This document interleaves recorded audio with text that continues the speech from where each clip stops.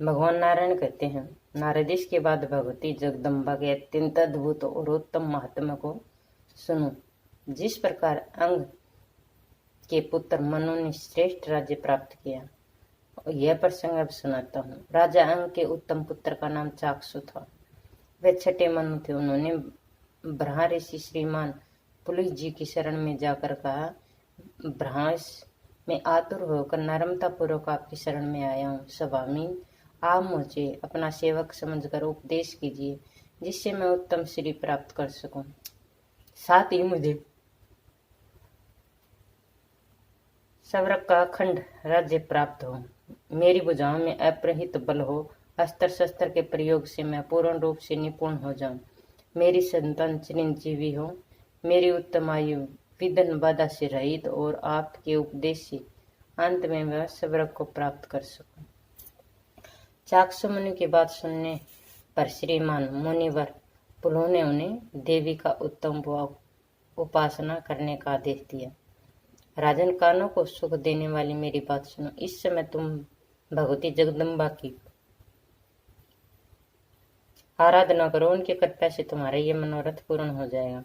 चाक्षु मुनि ने पूछा, मुनि उस देवी की आराधना क्या स्वरूप है? उसकी परम पवित्र उपासना किस प्रकार करनी चाहिए? मुझे बताने की कृपया कीजिए।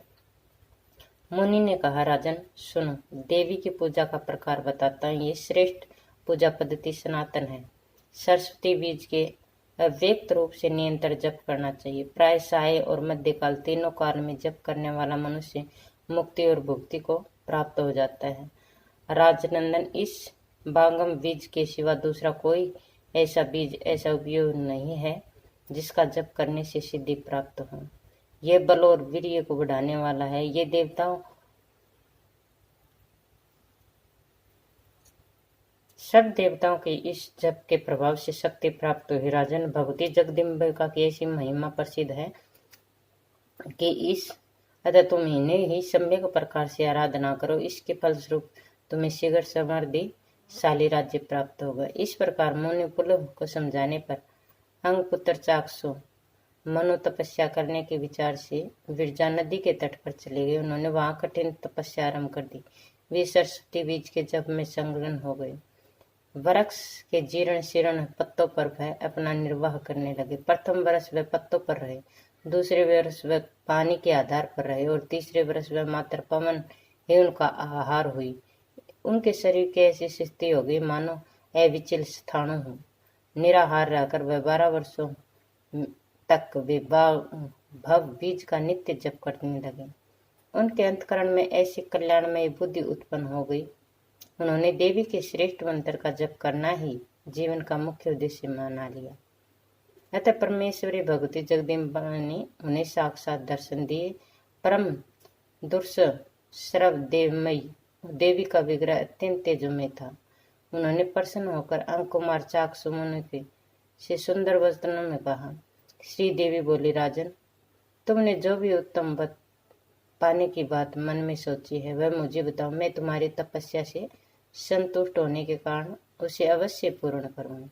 चाक्षु मुनि ने कहा, देवसी देव पूजित मैं जिस अभिलषित वस्तु के लिए प्रार्थना करना चाहता हूँ, तुम सबके अंतर्यामी स्वरूपिणी होने के कारण उसे भली भांति जानते हो।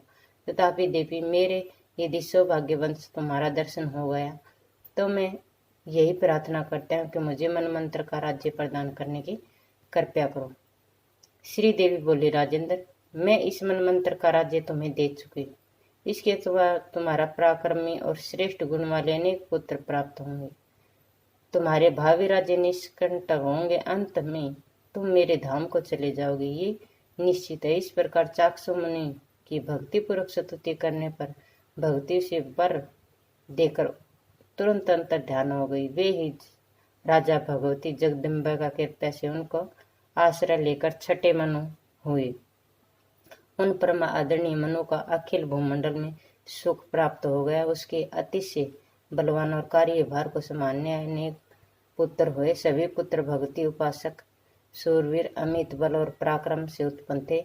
संतर आदर पाने वाले और महान राज्य सुख के अधिकारी थे। इस प्रकार चाक्षु मनु भगवती की उपासना करके मनु में प्रति होकर राज्य भोगने के पश्चात अंत में देवी के परम धाम को चले गए।